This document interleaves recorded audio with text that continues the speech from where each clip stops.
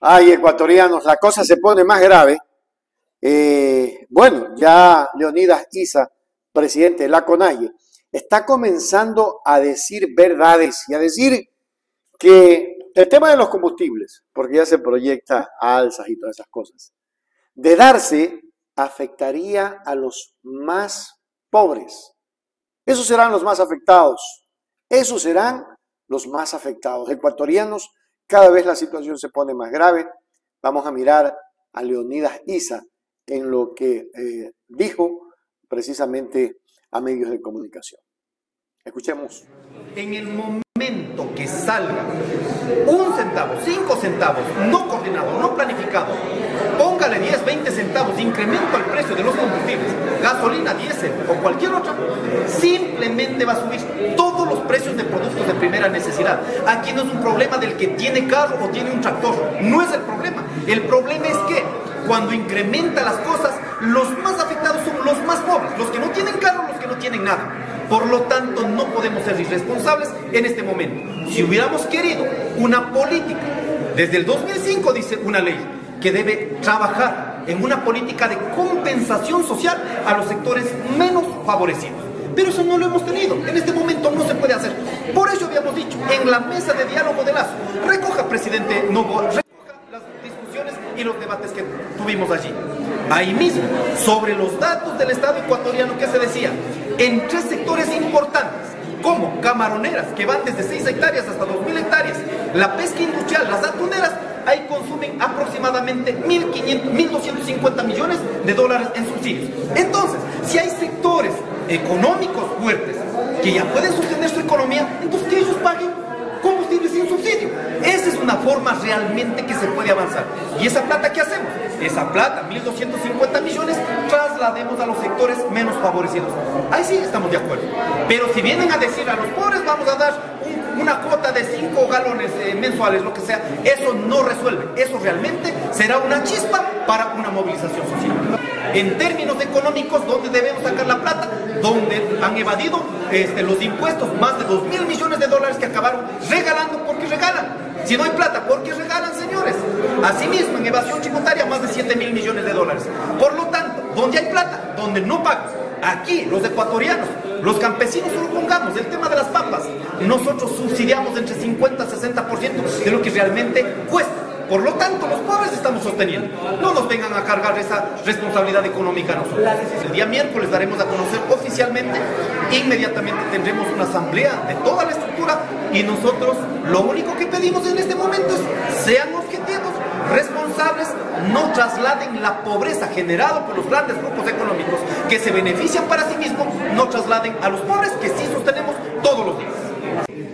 En el momento que salga un centavo, 5 centavos, no coordinado, no planificado, póngale 10, 20 centavos de incremento al precio de los combustibles, gasolina, diésel o cualquier otra, simplemente va a subir.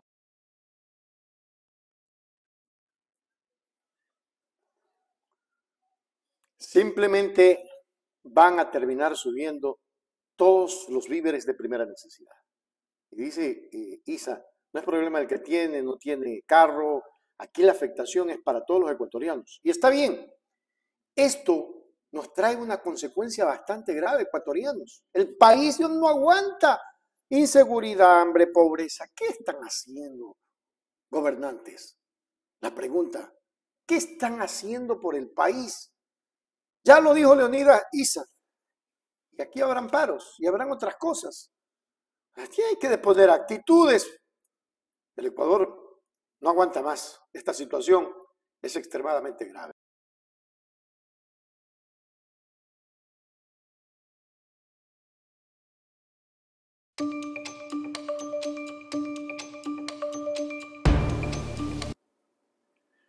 La presidenta del Parlamento andino, escuchen bien esto, la presidenta del Parlamento andino, Cristina Reyes, ha expresado su preocupación en relación con las acusaciones que la ex ministra de Gobierno María Paula Romo ha lanzado en su contra. Reyes afirma que Romo está tratando de tejer una novela fantasiosa con el objetivo de implicarla en el caso Metástasis. Una investigación que se centra en desmantelar una red de delincuencia organizada, según Reyes. Estas acusaciones son infundadas y buscan dañar su reputación. La situación plantea interrogantes sobre la inseguridad y la integridad de las acusaciones y la importancia de un proceso judicial imparcial para esclarecer la verdad detrás de este caso. Vamos a ver.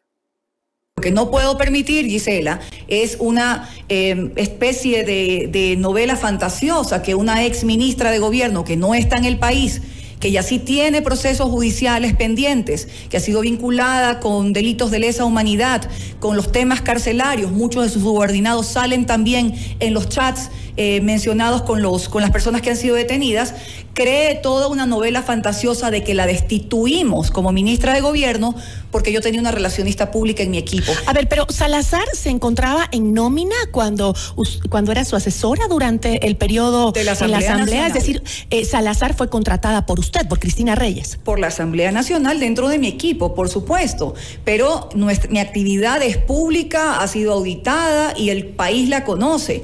Una ex ministra que, como digo, opera en las tinieblas de todos los gobiernos, primero con el expresidente Correa, luego con el expresidente Moreno, luego la asesora en tinieblas del expresidente Lasso, y que sí tuvo responsabilidad en el manejo de la policía, en el manejo de los casos de Leispol, cuando ella era presidenta del directorio, cree esta novela fantasiosa. ¿Por qué la señalo directamente? Porque lo dijo en los micrófonos de esta radio y de otros medios de comunicación, y por allí no van las cosas. Ni usted ni yo, Gisela, tenemos la capacidad de saber con quién hablan ni nuestras parejas ni nuestras familias, como para tener acceso a lo que ha sido una ¿Cuántos asesores tenía usted durante su periodo de asambleísta? En aquel momento era un equipo de 4 personas y cuando estuve en el CAL se extendía a 2, que es compartido con el partido político al que yo pertenecía, porque yo ocupaba un cargo en la mesa directiva de la Asamblea Nacional. Ahora, como usted dice, si bien uno no puede tener la capacidad de saber con quién hablan todos los colaboradores, ¿no debería tener usted la responsabilidad de conocer a ciencia cierta a quiénes están contratando? Y lo digo porque sobre todo se trata de una contratación, como usted lo mencionó, con dineros del Estado, con dineros de los ecuatorianos. Si usted le presentan un currículum en que dice que es la relacionista pública de un canal de televisión, TC Televisión, profesora y docente universitaria, con todos los contactos de todos los editores, coordinadores, directores de medios de comunicación radiales, escritos y televisivos, ¿qué piensa usted? Que es un buen perfil, y así lo he hecho a lo largo de toda mi vida. Esto es una cuestión que lamento, pero insisto, las responsabilidades son personales y tanto en este caso como en los otros que ya adquieren una dimensión con funcionarios de la justicia y otras entidades del Estado, pues todo el rigor. ¿Nunca sospechó nada, Cristina? ¿Nunca sospechó, sobre todo considerando que esta red habría tenido vínculos con importantes personajes de la política ecuatoriana? Insisto, la operación es del año 2022 cuando no se hallaba bajo mi responsabilidad y yo, ni usted, ni las personas que nos están escuchando podemos saber con quién chatea nadie, porque no está, al menos que alguien haga una requisa de los teléfonos. Este es un proceso en el que se ha hecho la explotación de un celular y es la Fiscalía la que ha determinado responsabilidades y en las que tiene una causa en la cual genera una acusación muy grave de favores judiciales. ¿Qué tiene que hacer en ese caso un asambleísta o ahora yo como presidente de un organismo internacional? Luego entiendo también que esta persona estuvo vinculada a la Corte Provincial de Justicia.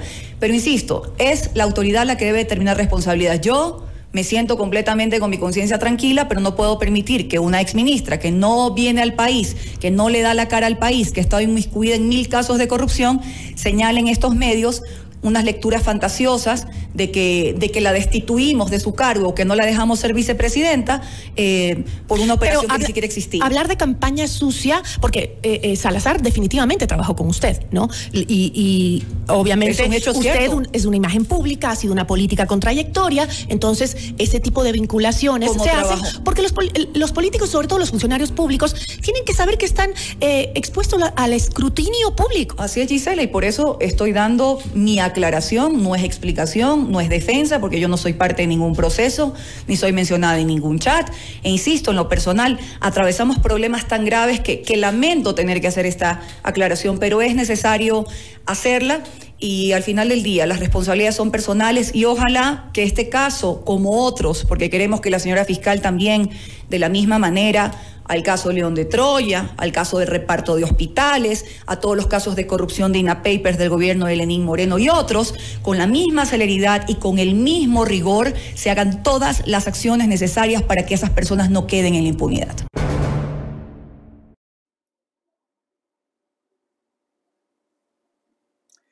En resumen, la presidenta del Parlamento andino, Cristina Reyes, se defiende de las acusaciones de María Paula Romo y cuestiona la veracidad de las mismas, considerándolas una estrategia de distracción en el caso Metástasis. La situación pone de relieve la importancia de la transparencia y la justicia en la resolución de casos de delincuencia organizada y la necesidad de un proceso equitativo para determinar la pura verdad. Increíble.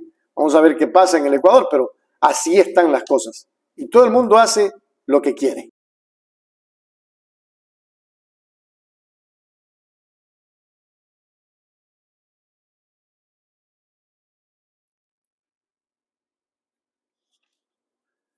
Y ya existen serios cuestionamientos a la gestión ministerial ante la violencia en Ecuador. Y precisamente el cuestionamiento es contra Mónica Palencia.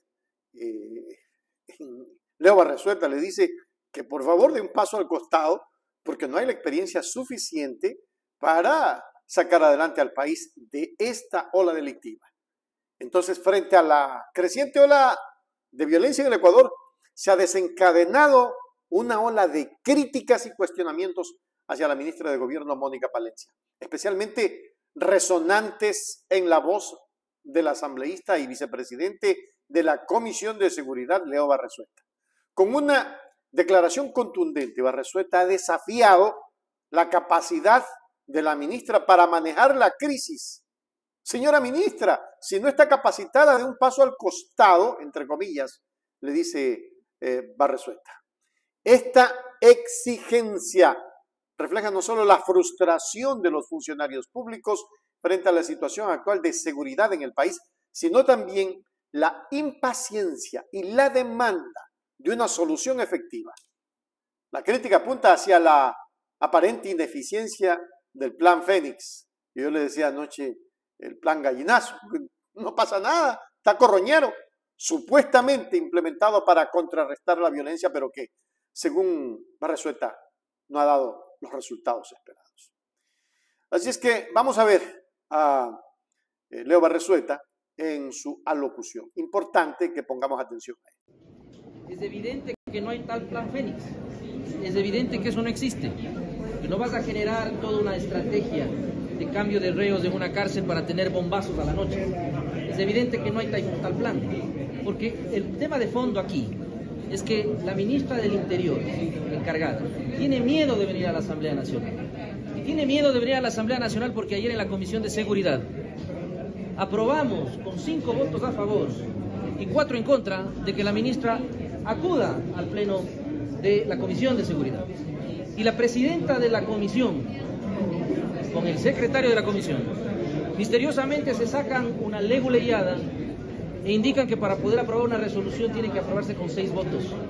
Esas son leguleyadas que tratan de ocultar o impedir de que la ministra venga a dar la cara a la Asamblea. Ayer el respaldo tuvo 5 votos a favor y 4 en contra, y la presidenta de la comisión con el secretario dijeron que no hay mayoría, hay que volverles a primer grado de escuela. Eso no puede pasar. Por ventaja, la Comisión de Justicia va el día de mañana a recibir a la ministra del Interior y allí tendrá que dar resultados. ¿Cómo puede ser posible que una persona que dice abiertamente que no tiene la experiencia política está al frente del Ministerio de Gobierno y que no tiene la experiencia en seguridad está al frente del Ministerio del Interior?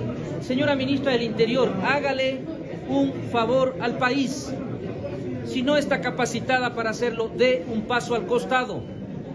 Señor presidente de la República, déjese ayudar. Queremos ayudar. Nuestros votos están ahí en el pleno de la Asamblea. Nuestros votos están y estarán. Lo hemos dado para la aprobación de la ley económica urgente. Seguramente estarán para dar los votos para la ley energética. Pero ¿cómo ayudamos si su frente de seguridad tiene a personas que no tienen la capacidad ni siquiera de contestar oficios a los legisladores, ni siquiera de dar la cara al Parlamento. Señor Presidente de la República, aquí estamos para apoyarlo. Déjese ayudar, separe a la ministra de Gobierno, separe a la ministra del Interior, ponga gente capacitada al frente de la seguridad de este país y no a improvisados que lo único que están haciendo es llevarnos al caos en el que el país en este que nos están llevando al caos en el que el país está sumido. Eso dijo Leo Barresueta. El reto lanzado por Barresueta hacia la ministra Palencia pone de manifiesto una problemática más profunda en la gestión gubernamental frente a la seguridad nacional.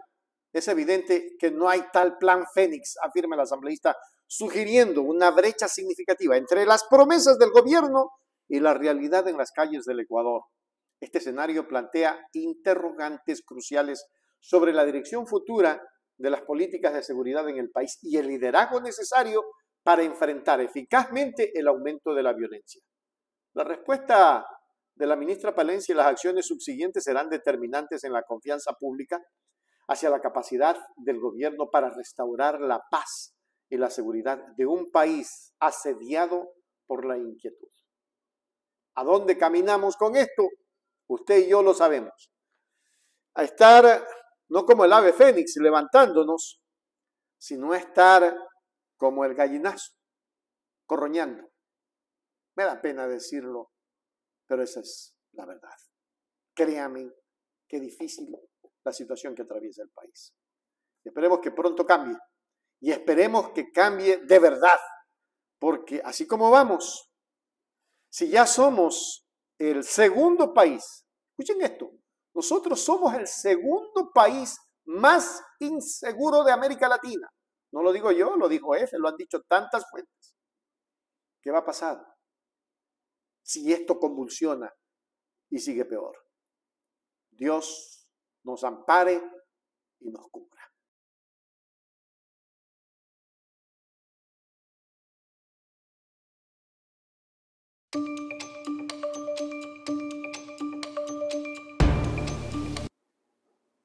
La situación en la frontera norte, ecuatorianos, la situación en la frontera norte se ha vuelto cada vez más preocupante debido a la entrada de drogas y armas. Mientras que las autoridades han tomado medidas cuestionables, como la eliminación del radar fronterizo, el crimen organizado parece haber infiltrado las estructuras estatales. Así lo demuestran los casos notorios de León de Troya y el Gran Padrino. Esta problemática plantea preguntas importantes sobre la eficacia de las estrategias de seguridad y la necesidad de una respuesta más sólida por parte del gobierno para garantizar la seguridad en la región. Vamos a ver a Pamela Aguirre, precisamente, qué tiene más sobre este tema. Las condiciones, darles armas a la policía, dotarles de todo lo que necesitan, los chalecos antibalas, las patrullas, etcétera. Además, es urgente que dada esta situación terrible, se debería suspender las clases. Los que están en la peor condición son los niños. Si es necesario en determinados casos, en zonas como Esmeraldas, como la zona 8, autorizar el teletrabajo. Realmente es terrible lo que estamos viviendo. Señora asambleísta, ¿cómo esperar que esto funcione cuando se decretó ayer el estado de excepción y la noche de ayer y madrugada de hoy ya de la cárcel de Riobamba se fugó Fabricio Colón Pico, el presunto líder de los Lobos, que fue arrestado la semana pasada? Si es que era uno de los posibles, más buscados, posibles implicados en actos graves, ¿por qué este señor no estaba resguardado en una cárcel de máxima seguridad y se le mandó a una cárcel de Riobamba? Esas son las preguntas que tiene la ciudadanía. Los que tenían que resguardarse en máxima seguridad, en La Roca, con gran cantidad de guías, de policías, de militares cuidándolos, eran alias Fito, Colón Pico, etcétera. ¿Por qué se les ponen cárceles de mínima seguridad? Bueno, pues sin duda son algunas de las interrogantes que tendrá que resolver. Y por qué este delincuente, si supuestamente en serio era tan peligroso, estaba en este tipo de cárceles. Había amenazado a la señora fiscal, se decía, y está ahí. Empiezan a escribirnos también, dice, los estados de excepción no son la solución al problema de la inseguridad, sobre todo en las cárceles. Parece una mera copia del gobierno de Guillermo Lasso. Este tipo de cosas no pueden seguir pasando. Como asambleístas, por favor, exijan al gobierno seguridad. Sí, es terrible lo que nosotros estamos viviendo. El estado de excepción no es la solución, será una solución parche si no se toma el control de las cárceles, si es que no existe un verdadero plan para garantizar la seguridad ciudadana. Vamos a caer de estado en excepción en estado en excepción. Hoy más que nunca debemos defender un estado sólido, un estado donde la policía, las fuerzas armadas puedan controlar la seguridad, darles todas las garantías a los policías honestos, como por ejemplo el teniente Rengel, que hizo la investigación de León de Troya y le dieron de baja. ¿Cómo sucede eso? Un policía honesto que da resultados es el primero que le dan de baja. Eso no puede pasar. Tenemos que garantizar que los policías que hacen buenas investigaciones, que se están jugando la vida, primero, que se les garantice la seguridad y segundo, que no sean apartados de la policía, pero también hacer una depuración, porque existen elementos que el propio embajador de Estados Unidos ha dicho que existen narcogenerales. ¿Por qué no se ha hecho una investigación profunda sobre aquello? Está permeada posiblemente la Policía Nacional del narcotráfico. Mire lo que se ha anunciado, por ejemplo, que el ECU 911 trabajaba de la mano con el narcotráfico en el caso Metástasis. Eso significa que se permeó el crimen organizado hasta los niveles técnicos como es el ECU 911. Se tiene que hacer una depuración total.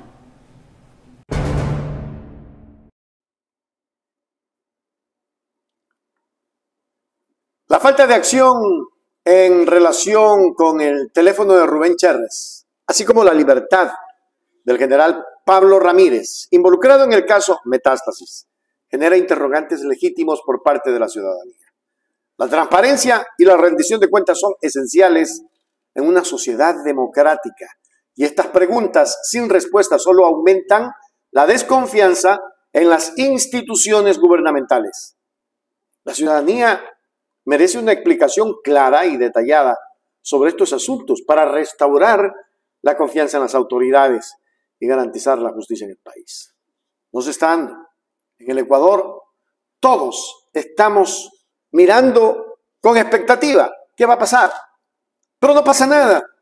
Ecuatorianos, la situación cada vez es más terrible. Cada vez esto se vuelve más caótico.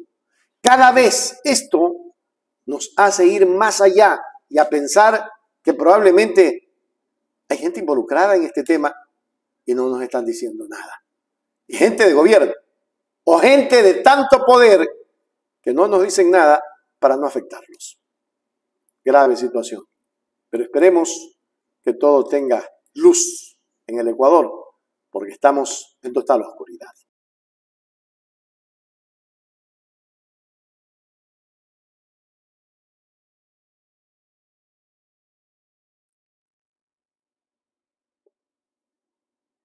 El pronunciamiento de políticos en el Ecuador y de políticos que han tenido una larga trayectoria, como en el tema y en el caso de Rafael Correa, ha salido en la red social X a entregar un respaldo total a Daniel Noboa. Y le dice, no decline, pero lo más importante es mirar lo que dijo el expresidente de Rafael Correa, Daniel Noboa. Vamos a verlo porque también tenemos a Jan Topic que hace un pronunciamiento al respecto.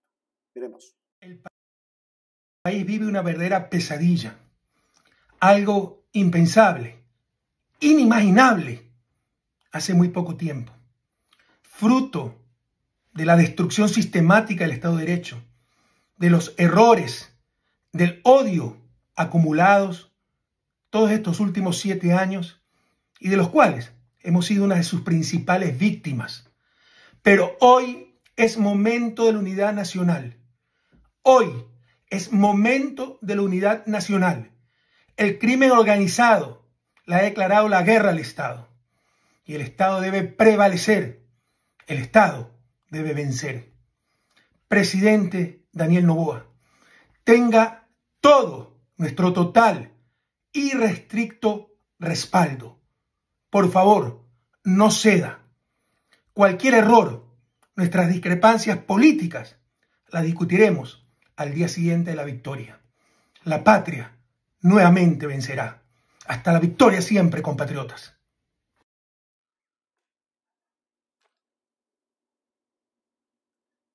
Es lo que dijo el presidente Rafael Correa. No decline, siga, tiene todo el respaldo de la Revolución Ciudadana. Me parece muy bien, muy bien pronunciado, en el sentido de que el Ecuador hoy necesita de todos nosotros. No necesita solo de una, necesita de todos los ecuatorianos y ecuatorianas. Y me da mucha alegría, de verdad, mirar el corazón de Rafael Correa. Aquí no es tema político, es el país. Y es lo que está diciendo, es el país. Vamos a ver qué fue lo que dijo Jan Topic, quien también hace un manifiesto público frente a lo que precisamente decía la ciudadanía. ¿Qué está pasando con los políticos que no se están pronunciando? Si hoy tenemos el pronunciamiento de Jan Topic, a ver qué es lo que dice. Vamos a escuchar. Esto lo digo con el más profundo respeto a usted y a su cargo. El país no da más. No da más. Y rápidamente se puede generar a una situación que tal vez usted en su experiencia de vida nunca ha experimentado. Pero es algo que yo definitivamente no quiero para mi país. Me ofrezco, libre y voluntariamente, a liderar todas las esferas de seguridad del país. Esto es Fuerzas Armadas, Policía, CIES, SNAI. Tenemos la determinación, tenemos la experiencia, tenemos el equipo, tanto de personal local como personal extranjero. Y podemos dar la vuelta a esto. Comprometo a toda la bancada legislativa que entró con nosotros a apoyar cualquier ley que se necesite para rescatar al Ecuador. Creo que juntos, dejando la politiquería a un lado, podemos rescatar este país que tanto queremos. Quedo atento.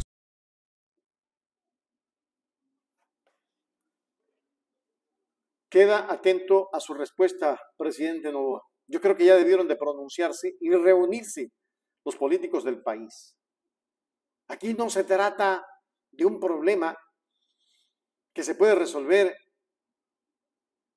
fácilmente. Es un problema grave. Es un problema que requiere experiencia, pero sobre todo requiere de gente que ya haya estado en gobierno y que conozca de seguridad. Desconozco, Jan Topic es un hombre que sabe mucho en tecnología y todo eso, y obviamente se está poniendo a disposición del presidente. También lo dijo el presidente Correa. Aquí ya depende precisamente del pronunciamiento del gobierno. Lo que sí no debe de declinar y debe de mirar que el país está en la indefensión y que es urgente la solución del problema. Esperemos.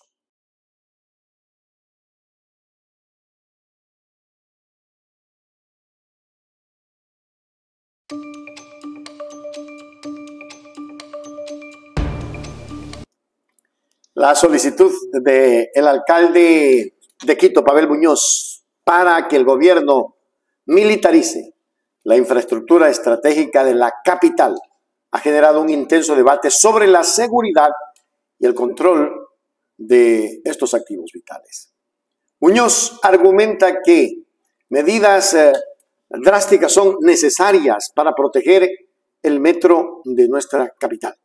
El sistema de transporte, las fuentes de agua potable, las estaciones de despacho, las estaciones de energía eléctrica y las funciones del Estado en la ciudad. Sin embargo, su frustración se hizo evidente al mencionar que, a pesar de sus preocupaciones urgentes, recibió una respuesta del presidente Noboa 6 horas después y de manera lacónica. Esta solicitud plantea cuestiones cruciales sobre la coordinación entre el gobierno, escuchen bien, entre el gobierno local y el gobierno nacional. En momentos de crisis y la importancia de garantizar la seguridad de las infraestructuras críticas en la capital del país. Qué grave situación la que estamos viviendo y qué grave situación la que vive nuestro país en estos momentos en que prácticamente se endurece más el problema que hay en el Ecuador. El problema que hay en el Ecuador no es fácil, ecuatoriano. Vamos a ver. Soy el soy el alcalde de la capital de la República del Ecuador y no tengo más información que la que ustedes están socializando. ¿Ha solicitado al gobierno nacional, a la ministra? ¿Ha habido algún acercamiento en este sentido, alcalde? Yo le escribí al presidente de la República cerca de las 2:30 de la noche, me ha contestado cerca de las 6 de la mañana, he cruzado una información bastante lacónica, debo decirle. Yo entiendo, también el presidente está manejando con cautela. A ver, pero perdón, usted escribió a la medianoche y le contestó 6 horas después. ¿Es en serio? Fabricio, esto es lo que tengo, ¿no? Entenderé que también está ahí con la preocupación del caso, lo que fuera, pero pidiendo ¿qué evalué yo hasta la 1:30 de la mañana, Fabricio? Si suspender o no la operación del metro, por ejemplo, ¿no? Y con el equipo yo tuve un gran peso sobre mis hombros, si usted quiere, en la noche, sobre suspender era una importante decisión de cautela. No suspender también es una importante decisión de sumar los esfuerzos al Estado para saber que la ciudadanía debe tener sus servicios prestos para que no nos suponga una paralización. Pero si no tenemos una orientación de parte de quienes son los encargados y rectores de la seguridad, lastimosamente dejado en el carro, Fabricio venía conmigo con la Constitución, porque es un momento donde la ciudadanía debe tener también absolutamente claro de dónde está la responsabilidad del manejo de la situación actual de la seguridad, y es estrictamente del gobierno nacional. También escuchaba señalamientos y críticas respecto a unas primeras declaraciones de la ministra. Por Dios, no estamos en este momento para decir si la situación de inseguridad empezó 6 meses atrás, 1 año atrás, 2 años atrás. Para volver a trasladar culpas. Y además, ¿cuál es la utilidad? Ninguna. Los ciudadanos, ¿qué sacamos de eso? ¿Dónde están las acciones concretas? Se declara un estado de excepción, y del estado de excepción en principio parecería que se están organizando ahora, cuando tuvieron que haberse organizado antes de la emisión del estado de excepción, para que una vez emitido tengamos, por ejemplo, efectiva militarización de esta infraestructura estratégica, que responde parte de lo que usted me planteaba, Fabricio. Le estoy pidiendo al gobierno nacional que efectivamente militarice la infraestructura estratégica que hay en la capital de la República. ¿Qué es lo estratégico en Quito? ¿El metro? Para empezar. Metro, sistema de transporte, fuentes de agua potable y provisión de agua potable, estaciones de despacho de energía eléctrica, que también son fundamentales y vitales.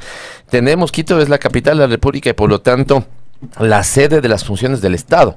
Las funciones del Estado, digamos, sus principales... Presidencia de la República, Función Legislativa, Corte Nacional de Justicia. Exactamente. Fiscalía General del Estado. Es obvio que la Fiscalía... Es obvio, ¿cierto? Porque no queremos que haya... Porque además a todo esto habrán los desaprensivos, ¿no es cierto?, que busquen generar a través de llamadas falsas o lo que fuera situaciones de emergencia y de pánico en la ciudad. Entonces, no podemos no estar absolutamente protegidos por el Estado. El Estado, cuando digo Estado, estoy diciendo Estado, todas las funciones del Estado, el gobierno central, Policía Nacional, Fuerzas Armadas. Por eso están decretando un estado de excepción, pero un estado de excepción para tener respuestas efectivas en los servicios. Por lo tanto, yo he pedido eso, Fabricio. El presidente me ha dicho que evidentemente valora la posibilidad de esa militarización del metro de Quito, infraestructura que además estamos nosotros, al menos en nuestro contingente.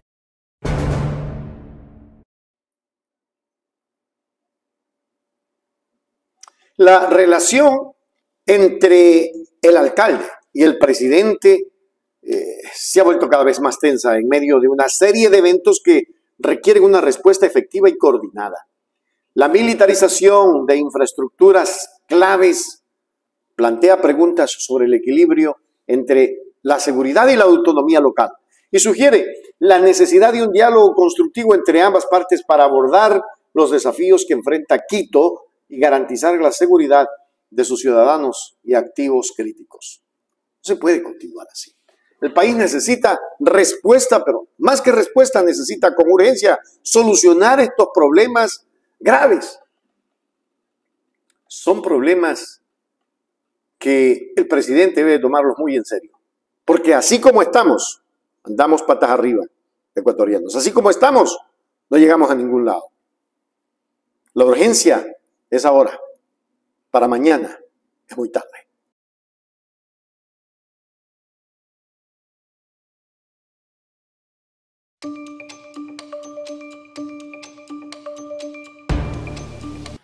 en un marco discursivo ficticio, fantasioso.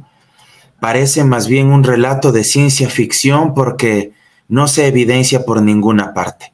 Sería muy visceral de mi parte exigirle al presidente Noboa que en 45 días de gobierno ya solucione todo el problema de inseguridad en el país, porque indudablemente eso no se puede solucionar de la noche a la mañana. Tomará varios años lograrlo, pero lo que sí debemos y podemos exigirle como ciudadanos, y estamos en nuestro derecho, es que ponga de manifiesto cuáles son las acciones y las medidas que está implementando de manera inmediata para poder mitigar, para poder enfrentar esa ola de inseguridad. No le pedimos que divulgue el contenido explícito del plan, porque eso sería un absurdo, pues. ¿A quién en su sano juicio se le va a ocurrir decirle que divulgue la estrategia íntegra, completa, para enfrentar a las bandas del crimen organizado? Esto es como, guardando las distancias, por supuesto, un partido de fútbol. Si usted se va a enfrentar a un adversario, usted no va a divulgar su estrategia. Pero al menos ciertas acciones, ciertos componentes macro y medidas inmediatas, él podría tomar. Y empecemos por las propuestas, para que no se piense que aquí estamos únicamente para cuestionar, para criticar. En vez de pretender gastarse 50 millones de dólares en una consulta popular, bien podría equipar a la propia Policía Nacional, dotándola de chalecos antibalas que durante todo el periodo de Guillermo Lasso les ofrecieron y no pudieron llevar a cabo el proceso precontractual y contractual para adquirir esos chalecos. No se renovó el parque automotor con carros, con vehículos, con camionetas nuevas, sino de segunda mano. No se ha comprado armas de dotación. Tenemos policías express que salen a los 6 meses graduados, que en el mejor de los casos hacen 2 veces al año ejercicios en el polígono, y en muchos casos han denunciado que les piden y exigen que pongan de sus propios recursos para comprar las municiones. Ahí se podría gastar el dinero de la consulta popular. Pero nada de esto puede ser posible, y por eso le ato con el caso de Fito, lo que hoy estamos siendo testigos. Nada de esto puede aterrizar en terreno fértil si es que no se emprende un profundo proceso de depuración institucional, tanto de la Policía Nacional como de las Fuerzas Armadas. Porque nos guste o no reconocerlo, ambos aparatos represivos del Estado están contaminados. Como contaminada está la justicia, como contaminada está la estructura del Estado. Y si es que no se hace un profundo proceso de evaluación, si no se les toma pruebas de confianza, dentro de ello, el polígrafo, evidentemente no vamos a poder depurar las instituciones. Por eso es una consulta popular inoficiosa. Ahora manda 9 preguntas más. Oiga, le aseguro, Richard, y con todo respeto para el presidente Noboa, pero le aseguro que si a él le preguntaban esas 20 preguntas antes de ser candidato y le habrían evaluado como requisito para poder ser candidato a la Asamblea o a la Presidencia de la República, las 20 preguntas con los anexos que él está pretendiendo que se consulte al pueblo ecuatoriano, le aseguro que ni él habría sabido qué responder. Peor en la forma tan mal diseñada y equivocada como está ese cuestionario que se quiere proponer al pueblo ecuatoriano, con algunas barbaridades que por el tiempo no nos va a dar el programa para analizar de una en una, porque imagínense lo que son 20 preguntas con las 9 más que hoy plantea, pero ahí hay algunas barbaridades. Una de ellas que hoy acabó de enviar en las 9, ya prácticamente quiere que en aras de combatir la inseguridad, que todos estamos de acuerdo que hay que ser firmes, actuar con mano dura, con determinación en contra de las bandas del crimen organizado. En eso todos coincidimos, pero tampoco podemos tolerar que mande barbaridades como las que hoy ya mandó en una de esas 9 preguntas. Que si es que un policía, un militar o un miembro del servicio penitenciario da de baja, en pocas palabras, hace uso de la fuerza letal en contra de un presunto delincuente, que el presidente de la República le puede indultar, aunque ni siquiera tenga sentencia condenatoria, es decir, en medio de la investigación y del proceso penal. Oiga, Bueno, este señor Noboa lo que quiere es que los militares y los policías abran fuego a discreción, pues. Oiga, y nadie nos asegura, y nadie está exento, que no puede equivocarse, pues, un policía o un militar en aras de combatir la inseguridad. ¿O acaso no hemos tenido sentencias de la Corte Interamericana de Derechos Humanos en contra del país por equivocaciones y excesos de la fuerza pública en el uso de la fuerza? Yo les cito 2 casos. El caso Zambrano Vélez en el gobierno de Durán Ballén en el año 92, me parece. Se decretó esta restricción en Guayaquil, salieron los militares, se suspendió el derecho a la inviolabilidad de domicilio, el mismo derecho que hoy está suspendido este rato, suspendido por el estado de excepción. En pocos minutos más, a las 11 de la noche se suspende ya. Entraron unos militares a una casa en Guayaquil, pensaron que eran delincuentes los que estaban ahí, se equivocaron, se les fue la mano, hicieron uso letal de la fuerza, mataron a 3 personas y luego el Estado ecuatoriano fue condenado ante la Corte Interamericana. Vamos más adelante, el caso de las Dolores, el caso Fibec en Guayaquil. La policía entró a una farmacia en horas de la mañana, metió bala al que era y al que no era, y otros desaparecieron, y hasta el día de hoy no se sabe qué es de la vida de algunos de ellos.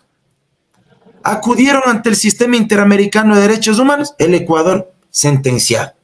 Reitero, todos queremos que la fuerza pública sea firme, y cuando deba ser letal, claro que debe ser letal, pues, con los líderes, con los delincuentes que no quieren dejarse persuadir o que no entienden ni siquiera con un uso progresivo de la fuerza. Claro que hay que ser letales, pero eso no significa carta abierta para que se salga entonces y aquí se abra fuego a discreción. ¿O es que quieren por debajo, con estas posibles reformas a la Corte, a la Constitución, que yo aspiro y tengo confianza que la Corte no le va a dar paso, por ejemplo, a esa barbaridad que estamos hablando? Pero, ¿qué es lo que uno puede pensar? Que lo que quieren es instaurar aquí un estado policial, militar, para que la gente no diga chito, para que la gente no diga absolutamente nada. ¿Por qué decreta estado de excepción en todo el territorio nacional durante 60 días si el principal problema está focalizado en las cárceles del país y la principal ola de criminalidad en determinadas provincias de la costa? Yo pregunto, ¿justifica el estado de excepción y suspender la inviolabilidad de domicilio y que cualquier policía o militar entre a cualquier casa en la ciudad de Tulcán, en El Puyo, en la Amazonía, en mi ciudad en Riobamba, en Loja? ¿Se justifica? ¿Se justifica que se suspenda el derecho a la libertad de tránsito, de libre movilidad desde las 11 de la noche hasta las 5 de la mañana en todo el territorio nacional? ¿No perjudica económicamente las actividades comerciales de dueños de restaurantes, de bares, de discotecas, la misma movilidad de los ciudadanos, el libre tránsito? Está de por medio las fiestas y el feriado de carnaval, ¿eh? Yo no sé qué van a decir las cámaras de turismo, que le estaban aplaudiendo por meter la pregunta de los casinos. ¿Qué le van a decir las cadenas de resorts ahora? Los agentes inmobiliarios que alquilan departamentos, casas en los feriados, que arriendan, perdón. No sé qué es lo que le van a mencionar. Entonces, uno sospecha que, por ejemplo, se manda el decreto de estado de excepción por 60 días, cierro esta primera parte para no hablar más, pero yo sospecho que lo que quiere es desmovilizar, por ejemplo, a las organizaciones sociales y a la clase trabajadora para que no protesten y no cuestionemos como ciudadanos la otra propuesta que envía hoy en las 9 preguntas, que se retroceda en cuanto a derechos laborales y que regresemos a tener un contrato por horas, y que se reforme también el contrato a tiempo parcial, a plazo fijo, que actualmente señala el Código del Trabajo, porque lo que busca es darles gusto a los grupos económicos a los que él representa, que siempre han dicho que supuestamente para generar empleo necesitan contratos por horas para poder contratar más. ¿Sabe quiénes son los que generan la mayor cantidad de fuentes de empleo en este país? Los medianos y pequeños empresarios. Las medianas y pequeñas pymes generan el 70% de empleos estables en este país. A ellos tiene que apoyar. A ellos tendría que darles líneas de crédito a través de la banca pública. A ellos tendría que apoyar la banca privada y tendría que obligarles a que les entregue créditos productivos, no solo créditos de consumo, de los más de $1.000 millones que tuvieron de utilidades el año pasado. Pero no, lo más fácil es contrato por horas para precarizar las condiciones de vida de la clase trabajadora.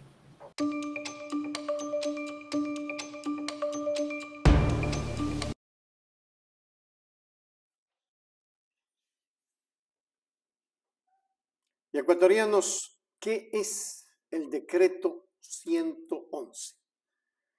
¿Qué es el decreto 111? Ustedes hoy van a conocer directo qué es el decreto 111. ¿Por qué lo van a conocer? Porque es necesario que la gente conozca lo que se está haciendo. Y es que el presidente Daniel Noboa Sin, como presidente constitucional de la República, tiene esas facultades y con 5 artículos, este decreto entrega la potestad a las Fuerzas Armadas y a la policía para que tengan todo el respaldo del gobierno nacional para lo que nosotros llamaríamos si hay incidentes, pues si muere algún delincuente, no hayan crímenes de lesa humanidad. Pero vamos a ver lo que dice el secretario de Comunicación de la Presidencia de la República. El decreto es firmado por el presidente Daniel Noboa Sin. Así es que vamos a mirar de inmediato. El presidente Daniel Noboa Sin ha firmado el decreto número 111. El decreto en el artículo 3 dice lo siguiente: disponer la movilización e intervención de las Fuerzas Armadas y Policía Nacional en el territorio nacional para garantizar la soberanía e integridad territorial contra el crimen organizado transnacional, organizaciones terroristas y los actores no estatales beligerantes conforme a lo expuesto en el presente decreto ejecutivo. En este momento también el presidente de la República acaba de convocar a una sesión extraordinaria del Consejo de Seguridad del Estado. Este Consejo aglutina a los 3 poderes del Estado, los cuales se encuentran aquí en el Palacio de Gobierno. Al final de la reunión tendremos un pronunciamiento acompañado del ministro de Defensa y la ministra de Gobierno. Antes de pasar a la reunión, quiero en primer lugar agradecer a la Policía Nacional por un operativo muy valiente, muy profesional, de extremado peligro, donde el primer objetivo era, como corresponde, salvaguardar la vida de los funcionarios del Canal 10. La Policía Nacional durante el día de ayer y de hoy se han activado en varios operativos que lamentablemente ha traído consecuencias fatales. El día de hoy, en horas de la tarde, fuimos alertados de que en el Canal 10 habían ingresado unos individuos a atemorizar y a tratar de causar una zozobra en el interior. Policía Nacional actuó con mucha sutileza en el sentido de respeto a los derechos humanos, toda vez de que en el interior se encontraban funcionarios del canal de televisión, pero con firmeza. La Policía Nacional no permitirá que se cometan estos actos. Intervenimos en primera instancia, hicimos un perímetro externo, se extrajo a todos aquellos funcionarios del canal de televisión y luego ingresaron nuestras unidades tácticas. En este momento se encuentran 13 personas que han sido aprehendidas, van a ser puestos a orden de la autoridad competente y el parte va a ser relacionado por actos de terrorismo. No vamos a permitir eso. Supuestamente, presumiblemente, creemos de que ellos pertenecen al grupo de los tiguerones. También incautamos varias armas de fuego, 2 armas largas, 2 armas cortas, 2 granadas y también un material explosivo. 2 vehículos en los cuales se transportaban estos delincuentes y al momento Policía Judicial y Criminalística están haciendo el levantamiento, se le elaborará el parte respectivo para poner a órdenes de la autoridad competente. Muchísimas gracias, comandante, pero sobre todo muchísimas gracias al pueblo ecuatoriano que ha dado infinitas muestras de respaldo a esta causa, que es una causa nacional. En este momento debo entrar al Consejo de Seguridad.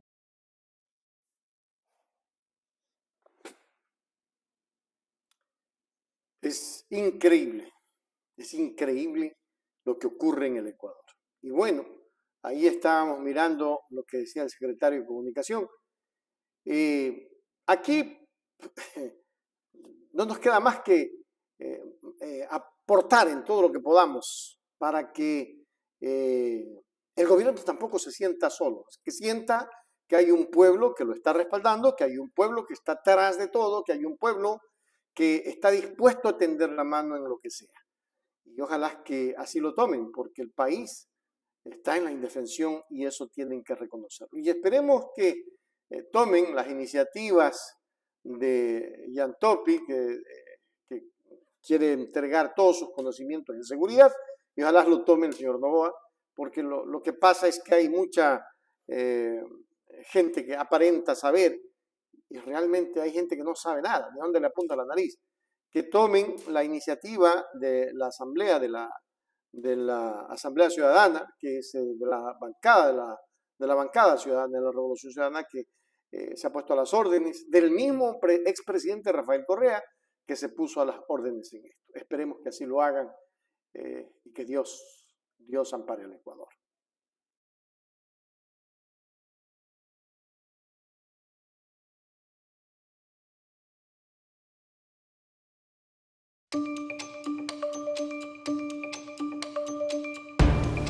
Hacerse los ecuatorianos, en particular quienes votaron por el señor Daniel Noboa, es si solo se dejaron llevar por un TikTok y un video bien producido, y que en realidad atrás de ese video y de ese anuncio de Plan Fénix había algo. La realidad es que a un mes y medio de ya estar posesionado el señor Noboa, nos damos cuenta que el Plan Fénix nunca existió. No hay Plan Fénix, no hay claridad. Si usted se da cuenta, lo que está haciendo el señor Noboa es más de lo mismo.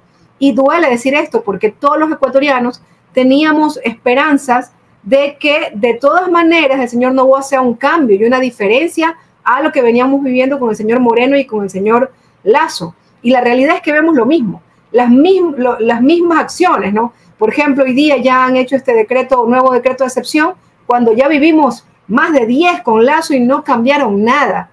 Entonces, no vemos un plan articulado para las cárceles, no vemos volver a construir la institucionalidad que nos permitió llegar a cifras realmente bajas de homicidios por cada 100.000 habitantes que nos deja la Revolución Ciudadana.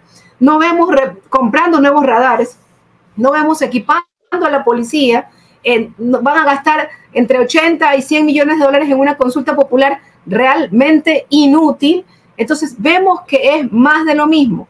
Decía el doctor Mauro Andino, y yo coincido con él, improvisación, falta de conocimiento, falta de experiencia, y es muy doloroso porque cuando te postulaste a un cargo como la presidencia de la República, sabiendo lo grave que estábamos viviendo, la grave situación económica de seguridad social que estábamos viviendo, sabías pues a lo que te atenías, ¿no?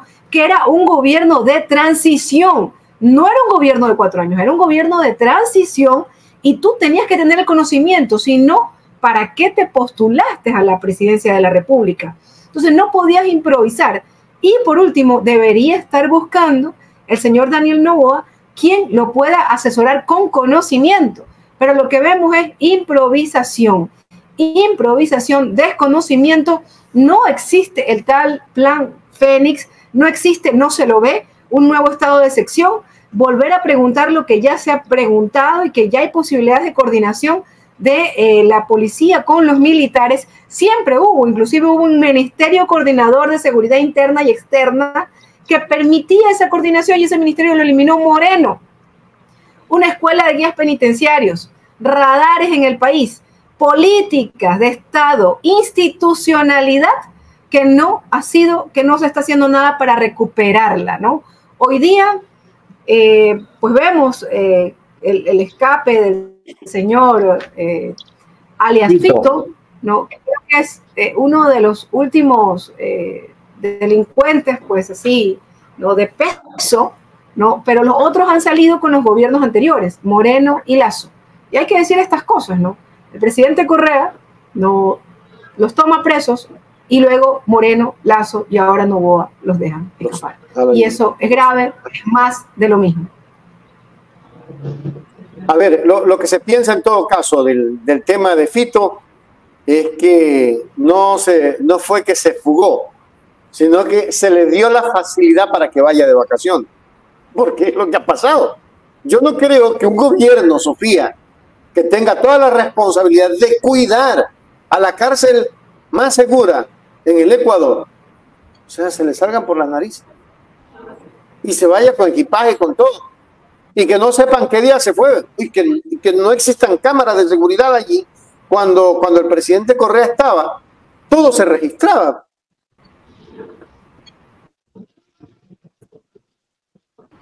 Ese escape tiene que haber pasado por guías penitenciarios, por policías, por una obvia coordinación. O sea, no es que el señor solito organice su escape, pues eso no es posible. Entonces, realmente es penoso ver un gobierno pues, que está buscando, dando palos de ciego, digamos, ¿no? Jugando a la gallinita ciega, buscando dónde está el señor Fito, cuando el señor Fito ya pues seguramente está fuera hasta del país. Entonces, es realmente grave. Y la otra pregunta es, ¿qué hace la Fiscalía? Ya la Fiscalía está haciendo las investigaciones con todos los organismos encargados de cuidar las cárceles, con el SNAI. Recordemos que ya hay una persona que está siendo investigada, el señor Pablo Ramírez, ¿verdad? Por el caso del señor de Metástasis, del señor Norero, ¿verdad? Que había coordinación y buena relación y facilidades para el señor Norero, según la misma fiscal, según la información que se ha dado en el caso Metástasis, y el señor está libre. Entonces, si sabes que en realidad finalmente no te pasa nada, ¿verdad? No te pasa nada, permites, das paso a que se vulnere la ley, a que creas que la ley se puede romper, a que creas que te puedes burlar de la ley. Entonces, ¿qué está haciendo la fiscal ya investigando? Esta fuga de este señor alias Fito. Entonces, la situación realmente es muy triste. Yo creo que entre este hecho ocurrido, este escape y este estado de decepción que veía en las redes sociales que decían estado de decepción, porque es más de lo mismo. Tuvimos más de 10 estados de excepción con el señor Lasso y no pasó nada, al contrario, la situación se siguió agravando y pues vemos que no hay una claridad con respecto a ningún tema, Richard. Mira, con mucha tristeza, debo decir que ese proyecto de ley de competitividad energética lo que busca es privatizar un sector estratégico nacional. El señor Noboa ha llegado a buscar nuevos negocios para su sector, para los grandes empresarios. La primera ley que él envía es una ley, esta ley económica urgente. Lo primero que hace es preocuparse de aliviarle el bolsillo a las grandes empresas con las remisiones tributarias, ¿verdad? Y ahí el caramelo era, si tú inviertes si tú contratas jóvenes, no se invierte, si tú contratas jóvenes hasta un porcentaje, te voy a descontar el impuesto a la renta. Pero resulta que hoy día están mandando nuevas preguntas en donde ese trabajo ya rompe los derechos laborales adquiridos en el Ecuador y ahora sí pues puedes tener tu negocio directo, tienes que llegar a un acuerdo con tu empleador y vulnerando los derechos adquiridos y volvemos a este cuento de el trabajo por horas. Entonces, realmente es vergonzoso. Quiero a los jóvenes trabajando, pero sin derechos laborales. Entonces, ¿a qué llega el señor Noboa a la presidencia de la República, al gobierno nacional? Ayudar a los poderosos del país, a los grandes empresarios, no al pueblo ecuatoriano. Hasta el momento no hay una medida para de alguna manera paliar o suavizar la situación económica del país.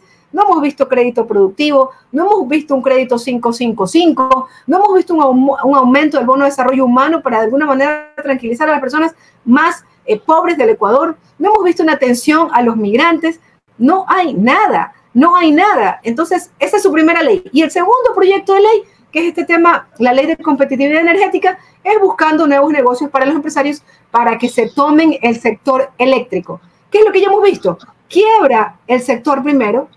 En salud lo hemos visto también, por ejemplo, destruye el sector eléctrico para que luego venga la empresa privada a ser los grandes salvadores y, por supuesto, te vamos a exonerar de impuestos. Entonces, es más de lo mismo. Pero ¿cuál es el problema con este sector estratégico?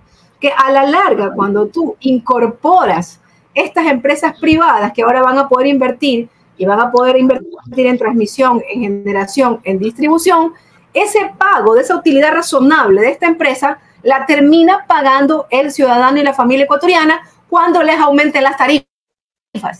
Esa es la realidad.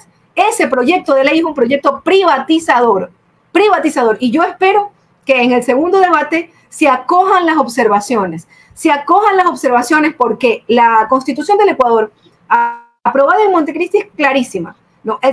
Los sectores estratégicos, uno de ellos es el sector eléctrico, y es público, solo por excepción puede ser entregado al Estado, a un privado, no solo por excepción puede ser entregado a un privado. Resulta que aquí esa excepción la hacen una generalidad. Entonces, ¿qué es lo que están haciendo? Privatizando el sector, dándole otro espacio en donde los amigos del señor Noboa puedan hacer negocios sin importarle al pueblo ecuatoriano. Porque es público el sector eléctrico, porque es fundamental para el desarrollo. Sin electricidad, pues, ¿qué hacen las familias ecuatorianas? ¿Qué hacen las pymes? ¿Qué hace la economía popular y solidaria? ¿Qué hace la mediana empresa? Y por supuesto, también ponen ahí algo muy interesante en este proyecto de ley para los grandes empresarios que pueden, los autogeneradores, ¿verdad? Ellos pueden poner sus propias maquinarias, autogenerar con paneles, con térmicas. Imagínense que ponen que si usted es un autogenerador, si hay un nuevo estiaje, usted no tiene, solo usted puede usar su energía y no se acoge a ningún recorte. Sí, estamos claros. O sea, yo soy un autogenerador, soy una gran empresa, me autoabastezco, el resto del Ecuador puede estar en apagones, pero la empresa, el dueño de la autogeneración, ellos sí siguen como si no pasara nada. ¿Puede usted creerlo? Cuando el sector estratégico eléctrico del país es fundamental para el desarrollo, o sea, que nuestros niños no tengan luz para educarse, pero como ellos son autogeneradores, ellos sí no se acogen a los recortes eléctricos que pueda haber en el futuro. Eso es lo que estamos viendo en este proyecto de ley. Entonces, las cosas hay que decirlas como son. Entonces, son dos proyectos eléctricos que benefician a los grandes empresarios del país, a la oligarquía del país. Al señor Noboa, con todo cariño, puede ser él muy agradable en TikTok, pero de eso no comemos los ecuatorianos. De eso no come la familia ecuatoriana ni las clases medias. No comen. Lo que estamos haciendo es cayendo más y más y más en pobreza y en destrucción y en inseguridad, lo que está pasando en Esmeraldas en este momento. Estallando bombas, las gasolineras, los carros, con bombas, ¿no? Lo que vemos todos los días en Durán, en Guayaquil. O sea, realmente duele. Nosotros teníamos una esperanza que, aunque no ganó nuestra compañera Luisa González, que su plan de trabajo era absolutamente superior, con una claridad, con conocimiento, con técnicos, ¿no? Absolutamente superior el plan que Luisa González, por la experiencia que teníamos y que logramos esos números tan buenos para el país. 5 homicidios por cada 100.000 habitantes en el 2017, ¿no? Absolutamente superior. Teníamos la esperanza que el señor Noboa tenga una mayor conciencia social, y no estamos viendo 1 mes y medio y no estamos viendo nada. Nunca existió el plan Fénix, Richard. Nunca existió el plan Fénix, por si no ya nos hubieran dado alguna idea de qué se compone el plan Fénix, ¿no? No hay plan Fénix, y lo primero que llega es a tranquilizarles el hambre de los grandes empresarios, a condonarles deudas, a condonarles deudas eléctricas también a los grandes empresarios y a darles más espacios para que hagan sus negocios y no paguen impuestos como las famosas zonas francas. Entonces, sí duele, porque uno esperaba un cambio. El remedio no salió peor que el...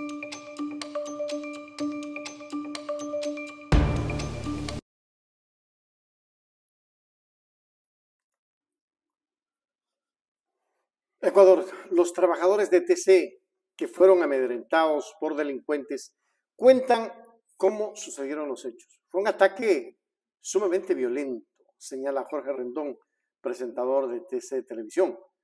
Vamos a mirar un poco para que ustedes conozcan la realidad que vivieron en TC Televisión luego de haber sido secuestrado por un grupo aparente de delincuencia organizada. Vamos a ver.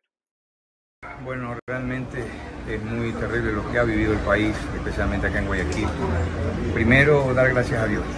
Estamos vivos, porque fue un ataque realmente sumamente violento, y dar gracias a la ciudadanía que ha estado muy atento para con nosotros, y especialmente el abrazo y las gracias de verdad a la policía, que hizo un excelente trabajo con sus unidades de inteligencia, sus unidades tácticas, y que lograron dominar la situación después de lo que estábamos viviendo. En todo caso, ha sido un excelente trabajo que nos demuestra que tenemos una excelente policía, pero a los hechos realmente asustados. Estábamos en vivo justamente, yo estaba en vivo con Vanessa Fileya, mi compañera Vanessa y yo, dando las noticias después del noticiero, cuando a las 2 de la tarde con 10 minutos o algo así, escuchamos que había pensábamos que era una pelea que había afuera en el estudio, en los pasillos, pero no fue así. Por interno nos dice el productor y el director de cámara, por favor, tomen cuidado que se nos están metiendo, nos están robando, nos están asaltando, y se escuchaba la voz. Ante eso, las puertas del estudio del noticiero son unas puertas muy anchas, blindadas prácticamente, y trataban de meterse a la fuerza porque querían ingresar al estudio para que nosotros digamos lo que ellos querían. Me imagino sus consignas y todo eso. Pero gracias a Dios aguantamos un poco hasta que nuestros compañeros nos ubicamos en un lugar seguro, de donde no nos vieron, pero cuando entraron sí preguntaban por nosotros para salir en vivo y nos insultaban, pero gracias a Dios logramos ubicarnos en un lugar seguro. Le dispararon a un camarógrafo nuestro en la pierna, a otro le quebraron el brazo, ellos dieron bala, utilizaron sus armas adentro. Y ya parece que se había dado la alerta a la policía y la policía vino en cuestión de minutos, rodeó el canal y de ahí pues ya viene la intervención de los grupos tácticos. Ellos dieron bala, los sujetos estaban bien armados, armas de largo alcance, encapuchados, pero no queremos.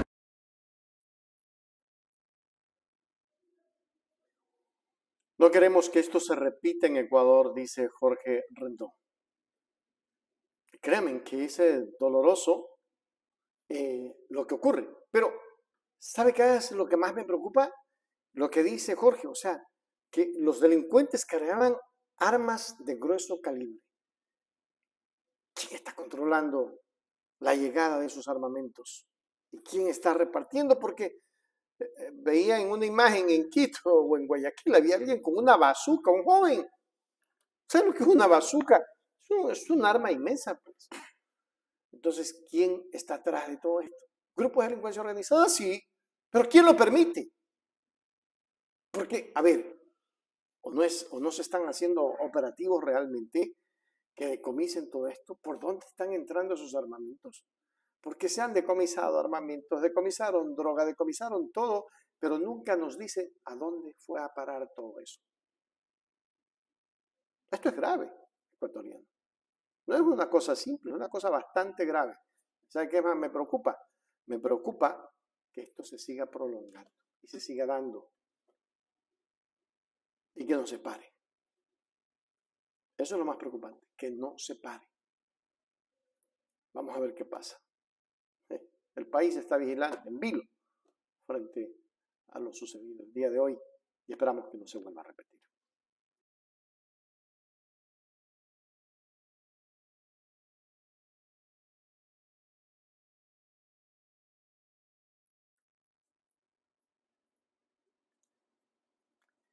Ecuador aparentemente ya se ha comenzado a exigir por parte del Frente Unido de Trabajadores.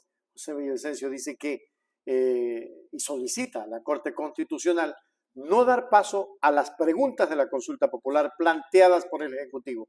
Además, exhorta a que se declare en emergencia el tema de la inseguridad frente a los últimos acontecimientos. Vamos a ver lo que dice José Villavicencio, presidente del Frente Unitario de Trabajadores FUNTOS.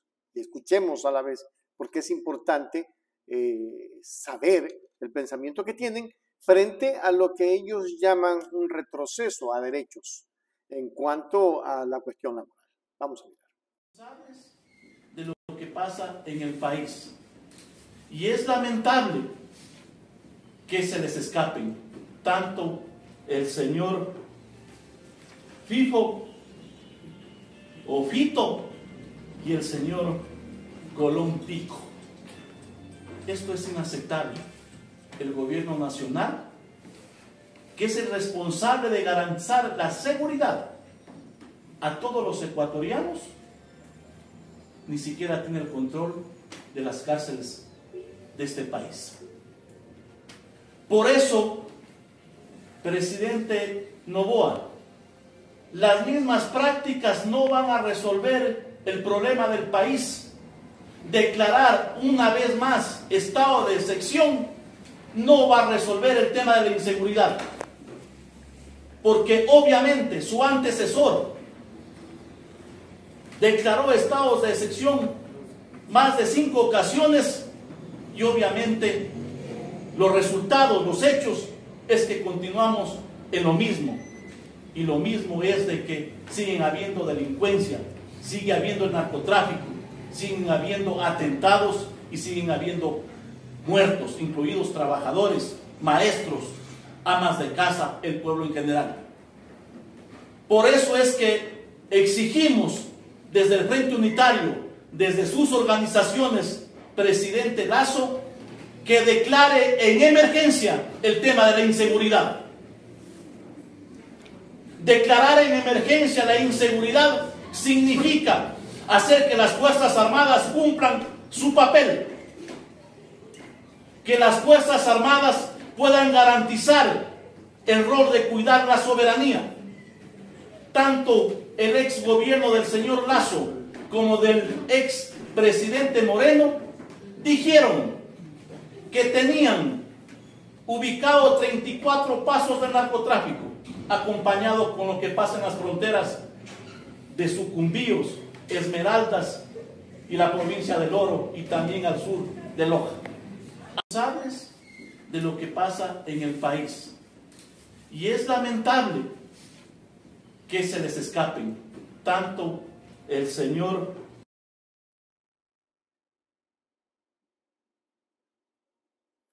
Es lamentable que se les escapen y es lamentable lo que ocurre en el Ecuador. Pero aquí hay que sumar, y hay que sumar porque el país está hundido. Yo creo que todos los trabajadores, todos los ecuatorianos, sí, está bien el pedido que hacen, pero este rato todos estamos en indefensión. Y poner en estas cosas a estas alturas, cuando lo que priorizamos, y él mismo dice, prioritario, es la seguridad, pues todos deberíamos estar pensando en que tenemos que unir esfuerzos, poner el hombro, para que el Ecuador no sufra lo que está sufriendo, porque lo que estamos sufriendo es incalculable, ecuatorianos. Es terrible, hay mucha gente que ha viajado, se ha quedado, unos en Guayaquil, no pueden salir, otros han quedado en Quito, no hay vehículos, es decir, una cuestión ya insoportable. Pero bueno, saqueos y otras cosas. En las manos de las fuerzas del orden, en las manos de los militares y la policía honesta y los militares honestos, está el Ecuador. Ya depende también de ellos y depende de que esto pare, porque no aguantamos más.